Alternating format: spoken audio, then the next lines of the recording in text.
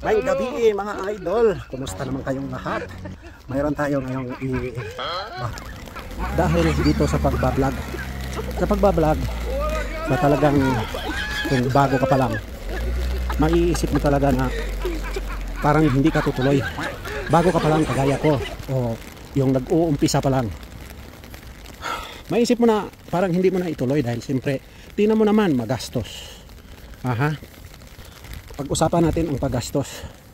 Siyempre, hindi ka pwedeng mag-vlog kung wala kang palaging internet. Pag isipin na natin na mag-vlog ka lang tapos pagka mayroon kang internet, saka mo i-download.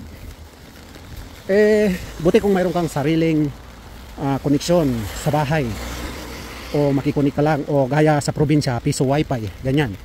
Yung piso wifi, mahirap pa ang signal. Sa probinsya namin may piso wifi, napakahirap talaga. Kaya sinasabi ko na masyadong magastos dahil okay lang yon sa mga kumikita na, pero sa mga kagaya ko, kagaya nyo nag-uumpisa pa lang, magastos talaga. Pero tiyaga lang, kasi malay natin yung iba kaunting kimbot lang dyan, kaunting vlog lang nila dahil marunong na sila, magagaling na sila, siyempre sumisikat at marami kaagad ng views. Pero mga kagaya nating nag-uumpisa pa lang, kailangan talaga natin ng mga videos na contesting talaga, yung interesante talaga ang mga tao na titingin talaga, manunood talaga sa video mo. Kasi kailangan talaga ngayon, at tip ko lang sa inyo, yung natatawa ang mga tao. Ayaw nila na malungkot na manood. Sa umpisa pa lang natatawa na. Ay sabi ko sa iyo, walang 2 oras o kalahating oras, ang dami ng views ang video mo. Pero dito sa lugar ko kasing pinupuntahan, gaya ko, busy talaga ako sa trabaho, hindi ako ganong makapag-vlog. Hindi kagaya ng probinsya, punta ka lang doon sa umahan, sa bukid, mag-alaga ka ng kalabaw, kambing, pakain ka ng manok, kahit ano-anong gagawin mo, magaling ka lang mag-isip, kasi maganda talaga dyan.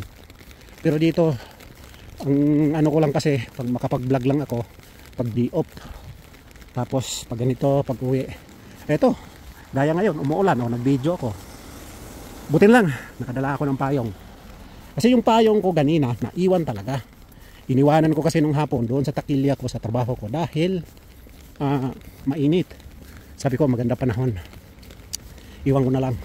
Akalain mo nung pagkahapon, paglabas ko pa sa bahay, may araw pa, kasi dito alas 7 as 8 may araw pa.